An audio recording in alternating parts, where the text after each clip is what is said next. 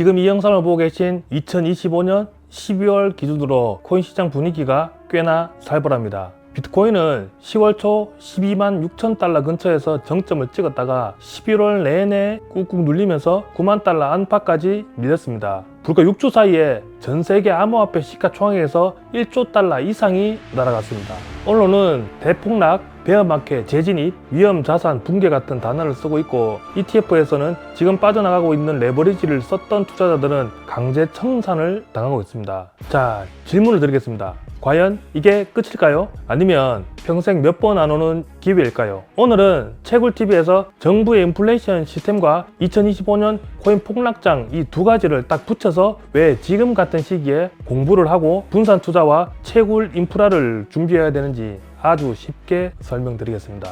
정부는 왜 인플레이션을 반복할까라는 의문을 가져본 적이 있으십니까? 시대와 정권을 막론하고 정부는 항상 이렇게 말을 합니다. 국민 모두가 더 잘 살게 만들겠다. 성장, 기회, 평등, 복지 확대 등. 그런데 실제 행동을 보면 패턴은 단순합니다. 세금으로 걷어들이는 돈보다 더 많이 쓰고 싶고, 그런데 솔직하게 세금을 더 내세요라고 하면 그 정권은 위험하게 됩니다. 그래서 택하는 방법이 화폐 가치를 천천히 갉아먹는 인플레이션입니다. 겉으로는 경기 부양, 복지 확대, 투자 같은 단어를 쓰지만 결과는 늘 비슷합니다. 월급으로 생활하는 분과 자영업자, 현금을 저축하는 사람들은 모르는 사이에 실질적인 구매력이 떨어집니다. 반대로 정부, 금융, 자산의 상위층은 부채의 실질 가치는 줄어들고 실물 자산 가격은 올라가기 때문에 더욱 부유해집니다. 고대 로마 제국은 은화에 불의를 섞어서 화폐 가치를 떨어뜨렸고 현대 정부는 적자 재정과 국채 발행, 통화 공급 확대라는 훨씬 더 세련된 방법을 씁니다. 연금 제도도 비슷합니다. 지금 우리 세대가 납부한 돈은 진짜로 쌓아두기보다는 대부분 지금 당장 지출에 쓰고 있고 부족한 부분은 미래 세대의 인플레이션으로 메우는 구조에 가깝습니다. 사실상 세대 간의 폰지 구조처럼 작동하는 셈이죠. 정부 시스템 안에서 가만히 있으면 인플레이션이라는 이름의 세금으로 조용히 저희 지갑은 다 털립니다. 그래서 부자들은 월급이 아니라 자산을 먼저 생각을 합니다. 그리고 그 자산 중 대표적인 게 금, 부동산, 주식, 그리고 이제는 비트코인 같은 디지털 희소 자산입니다. 2025년 코인 시장 지금 무슨 일이 일어났나 싶은데 현재 시장 상태를 아주 간략하게 정리를 해보겠습니다. 비트코인은 10월 6일경 약 12만 6천 달러 고점에서 11월에는 8만 원에서 9만 달러대로 밀리면서 연중 수익률을 따지면 다시 마이너스로 돌아섰습니다. 최근 6주 동안에 전 세계 암호화폐 시가총액이 1조 달러가 증발을 했습니다. 이 과정에서 비트코인 현물 ETF에서도 수십억 달러가 빠져나갔고 과도한 레버리지 포지션은 줄줄이 강제 청산이 났습니다. 이더리움은 10월 초 약 4,700달러 근처에서 지금은 2,700달러 근처까지 밀린 상태입니다. 언론과 은행 리포터에서 나오는 표현은 비슷합니다. 비트코인 베어마켓 재진입, 투자자 신뢰 붕괴, 팅커벨 효과, AR 기술주 조정과 함께 위험자산 회피 이런 내용들이 나오고 있는데 요약하자면 2024년 비트코인 반감기 이후에 기대감으로 너무 많이 빨리 올랐는 게 문제입니다. 그래서 2025년 말에 한번 세게 하락장을 맞은 상황입니다. 대부분 사람들은 이런 구간에서 이렇게 말합니다. 역시 코인은 끝났어. 역시 위험한 투자인 줄 알았어. 코인 투자 괜히 했어. 이런 말들을 하는데 이때 조용하게 움직이는 부류가 있습니다. 장기 사이클을 보는 사람들, 인플레이션 구조를 이해하는 사람들, 그리고 인프라가 구축된 투자자들입니다. 떨어졌을 때 사는 사람과 오를 때 쫓아가는 사람들이 있습니다. 너무 당연한 이야기이긴 한데 막상 본인 돈이 들어가면 대부분 반대로 행동을 합니다. 가격이 급등하면 이제라도 사야 하나? 가격이 급락하면 아, 역시 아니었어. 있는 거 다 팔고 이 시장을 떠나야지. 이런 말들을 합니다. 예를 하나 들어보겠습니다.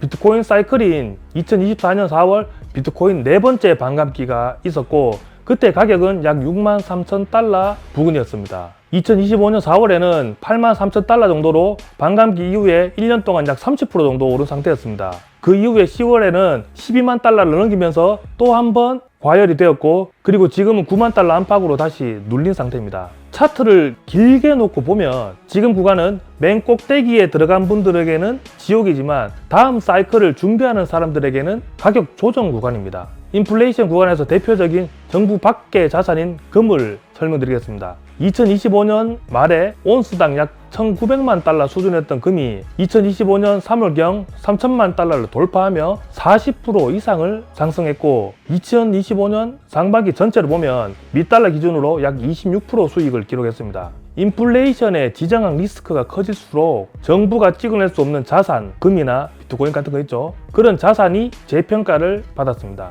코인도 똑같은 구조입니다. 장기적으로 공급이 제한되어 있고 비트코인 네트워크나 블록체인 네트워크가 실질적으로 쓰이고 있고 보안이 강해질수록 좋은 코인이라고 할 수 있습니다. 보안이 강해진다는 것은 채굴 해시레이트가 올라간다는 겁니다.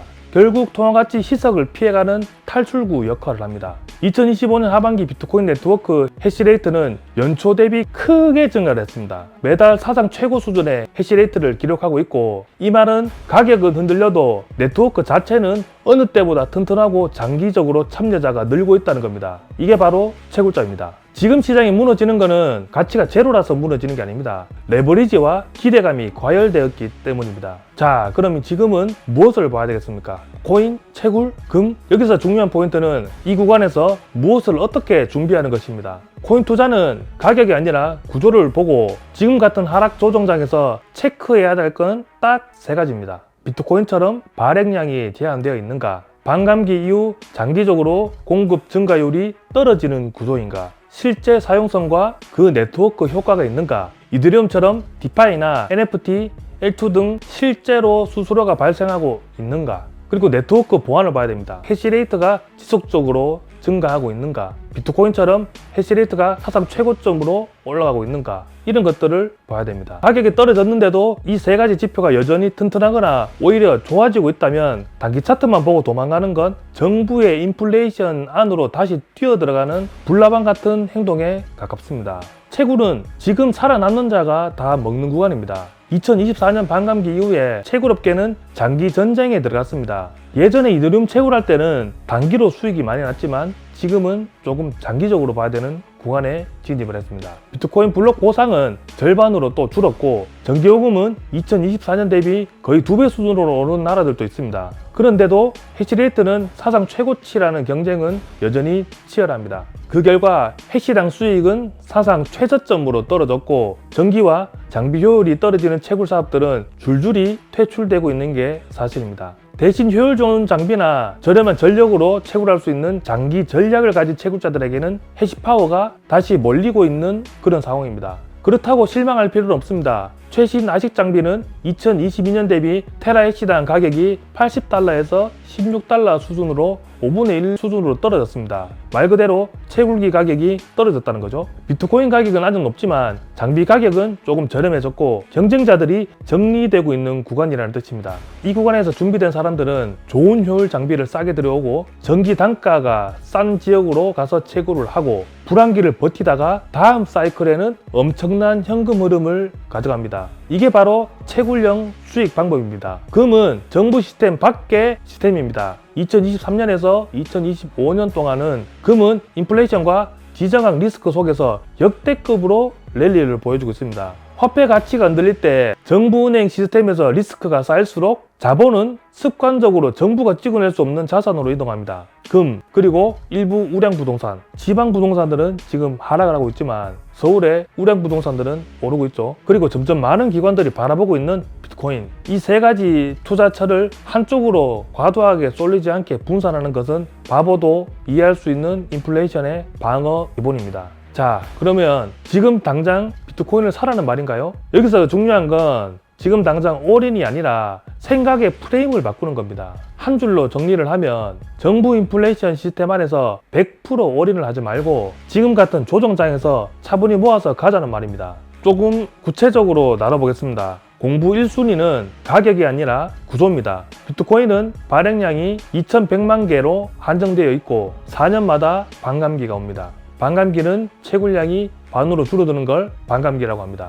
해시레이트는 사상 최고치를 찍고 있습니다. 보안 참여자가 증가하고 있다는 거고 이더리움은 포스 전환 이후로 스테이킹과 소각 구조가 계속 나오고 있습니다. 디파이와 L2, NFT 등 실제 수수료 발생 생태계가 구축되고 있습니다. 반대로 정부에서 발행하는 화폐를 보면 발행 상한선이 없습니다. 그냥 막 찍어낼 수가 있다는 거죠. 정치, 선거, 부채에 따라서 공급이 늘거나 정책 한 번으로 금리 유동성이 뒤집힘으로써 이 구조를 이해하면 코인이 떨어졌다고 없어질 자산으로 볼 수가 없습니다. 자, 여기까지 들었으면 이제 실천을 해봐야 되겠죠. 시간 분산과 자산을 분산을 잘해야 되는데 매달 일정 금액으로 비트코인, 이더리움, 금, ETF도 포함됩니다. 이것들을 본인이 이해하는 범위 내에서 투자를 합니다. 채굴 인프라의 시간을 분산하여 나눠 들어가는 방식은 언제 바닥이냐 맞추지 못해도 평균 매입 단가를 낮추는 가장 현실적인 방법입니다. 채굴 관점으로 보면 지금은 구조조정의 끝자락을 노릴 때입니다. 채굴TV를 보시는 분들은 이미 채굴에 관심이 많을 텐데요. 채굴을 하려고 하면 채굴기의 효율과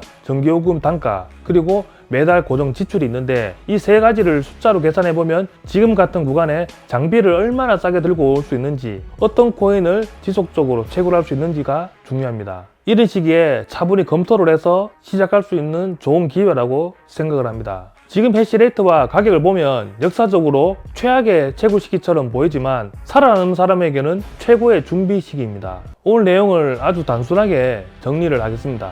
첫 번째, 정부 시스템 안에서만 올인하면 인플레이션이라는 이름의 세금으로 평생 내 지갑이 다 털린다.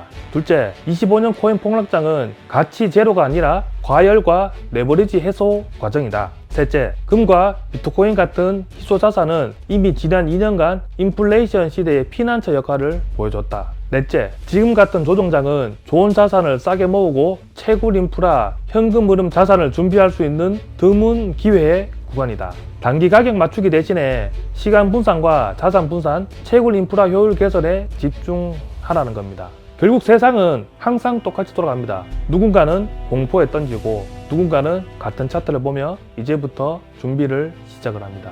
10년, 20년 뒤에 여러분이 어느 쪽에 설지는 오늘 어떤 눈으로 세상을 보느냐에 따라 달려 있습니다. 채굴TV는 앞으로도 정부의 인플레이션 시스템, 코인, 채굴, 금, 실물 자산을 연결해서 여러분들이 속는 사람이 아니라 간파할 수 있는 사람이 될 수 있도록 방송을 열심히 하도록 하겠습니다. 오늘 내용은 좀 딱딱할 수 있는데 그래도 많은 사람들이 이 시장을 이해할 수 있도록 준비를 해봤습니다. 이번 달 말이면 제가 해외에 채굴장을 공사하고 있는 게 마무리가 될 예정입니다. 올해 연말이나 내년 초쯤 되면 그 해외에 있는 채굴장이 정상적으로 가동이 될 수 있을 것 같고 지금 또 약간의 문제가 있는 분들이 계시던데 이더리움 채굴할 때 전기요금을 많이 내신 분들 있지 않습니까? 그분들이 뒤늦게 국세청이나 세무 쪽에서 연락이 와서 전기요금을 이렇게 많이 사용했는데 소득신고가 제대로 안 되어 있다고 연락을 오는 경우가 있다고 합니다. 아직까지 코인은 세금이 없습니다. 근데 왜 정부에서 이런 식으로 왜 지나간 이더리움 채굴을 파헤치는지 좀 황당하긴 한데 그런 연락이 오시면 기존에 납부했던 요금과 채굴기 구매했던 내역들이나 혹은 환전했던 내용들 그리고 만약에 채굴장을 했다가 적단하신 분도 계시지 않습니까? 그런 내용들을 가까운 세무사들과 잘 소통을 해서 쓸데없는 세금을 내지 않도록 잘 준비했으면 좋겠습니다.